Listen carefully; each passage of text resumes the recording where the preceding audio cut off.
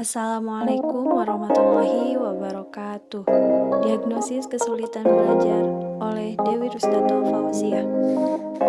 Kesulitan belajar merupakan beragam gangguan dalam menyimak, berbicara, membaca, menulis, berhitung, dan ditunjukkan dengan adanya hambatan-hambatan tertentu untuk mencapai hasil belajar. Kesulitan belajar merupakan hal yang banyak dialami oleh peserta didik. Sering ditemukan adanya siswa yang mengalami kesulitan dalam menerima pelajaran di sekolah, menghadapi hambatan dalam mencerna dan mengulang informasi belajar yang diberikan guru. Faktor yang mempengaruhi kesulitan belajar. Proses menentukan masalah peserta didik dengan mencari latar belakang penyebabnya. Kesulitan belajar dapat dibedakan menjadi kesulitan belajar ringan, sedang, dan berat. Yang pertama, kesulitan belajar ringan. Biasanya dijumpai pada peserta didik yang kurang perhatian di saat mengikuti pembelajaran. Misalnya, siswa kurang fokus mengikuti belajar karena keadaan lingkungan belajar sedang bising. Yang kedua, kesulitan belajar sedang. Ditemukan pada peserta didik yang mengalami gangguan belajar yang berasal dari luar diri peserta didik, misalnya karena faktor keluarga, lingkungan tempat tinggal, dan pergaulan. Yang ketiga, kesulitan belajar berat. Ditemukan pada peserta didik yang mengalami ketunaan pada diri mereka sendiri. Misalnya, mereka mengalami tunarungu, tunanetra, atau anak yang mengalami sindrom.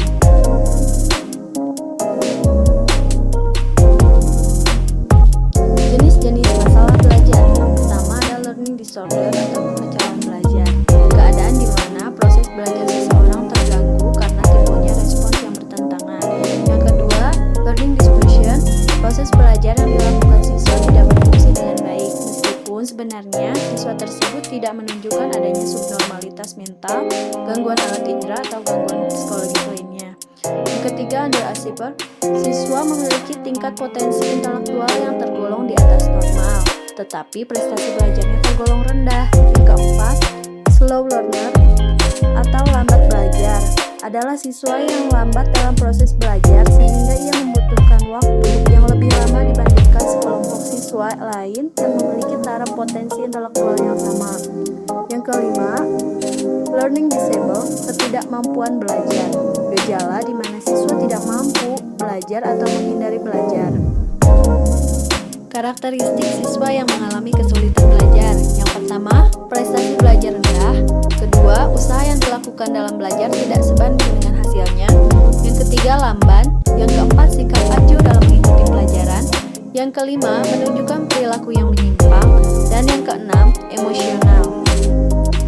Solusi untuk mengatasi kesulitan belajar. Orang tua menjadi pendukung yang penting untuk anak. Yang kedua, guru memberikan metode belajar yang menarik. Yang ketiga, tidak memberatkan anak didik dalam mengerjakan tugas. Yang keempat, anak didik tidak diforsir untuk belajar. Yang kelima, memberi motivasi dan bimbingan kepada anak didik. Yang keenam, orang tua dan guru menjalin komunikasi mengenai perkembangan anak. Yang ketujuh, beri asupan gizi agar kesehatan pun selalu terjaga.